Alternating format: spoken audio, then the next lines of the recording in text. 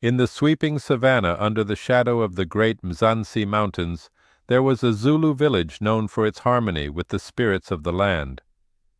The villagers lived in huts thatch-roofed with the golden grass of the savanna, and at the heart of this village beat the essence of their unity, Impundulu, the spirit drum.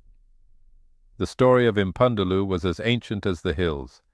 It was said that the drum was made from a tree struck by lightning, embodying the spirit of Ukosi, the mighty eagle that soared above the savanna. The drum's skin came from Ingululo, a lion who had lived and died as the protector of the savanna.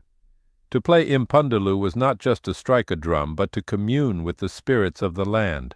The guardian of Impundulu was an elderly man named Mukulu Nkosi.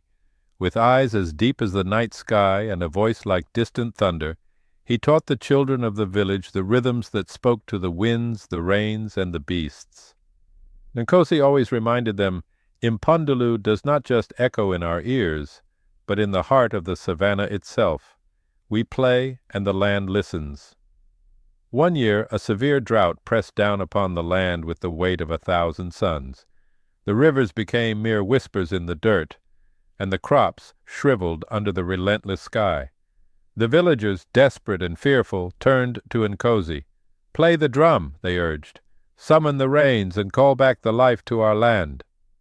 Nkosi gathered the village around Impundulu.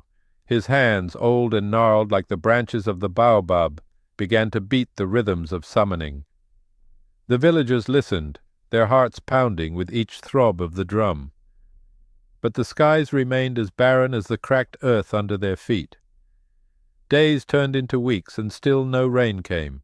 The villagers' faith trembled like a leaf in the wind.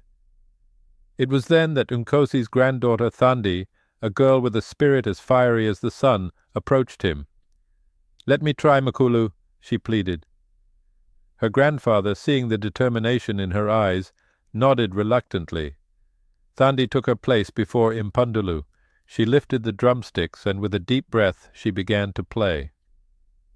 Not the learned rhythms of summoning, but a song of her own making, a song of gratitude, a melody that spoke of her love for the savanna, her respect for the spirits, and her faith in the drum. Her rhythm was different. It was not a command to the skies, but an offering.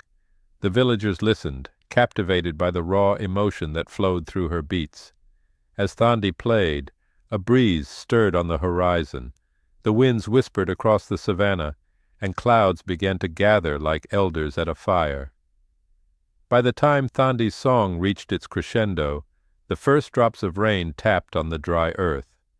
The rain grew into a downpour, drenching the savanna, filling the rivers, reviving the crops, and refreshing the parched spirit of every villager.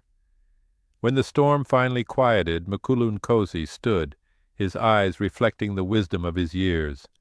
"Today," he announced, "we have learned that the spirits do not bend to our demands. Impundulu does not just speak, it listens. Thandi has taught us that true power lies not in control, but in humility, not in taking, but in giving." From that day forward, Thandi became the guardian of Impundulu. The villagers learned to approach the drum with hearts full of respect and love, creating a bond with the spirits that was deeper and more reverent than ever before. And so, the lesson of Impundulu, the spirit drum of the savanna, reminds us, when we reach out to the world with arrogance, we are met with silence. But when we extend our hands with gratitude and respect, the world opens its arms in abundance.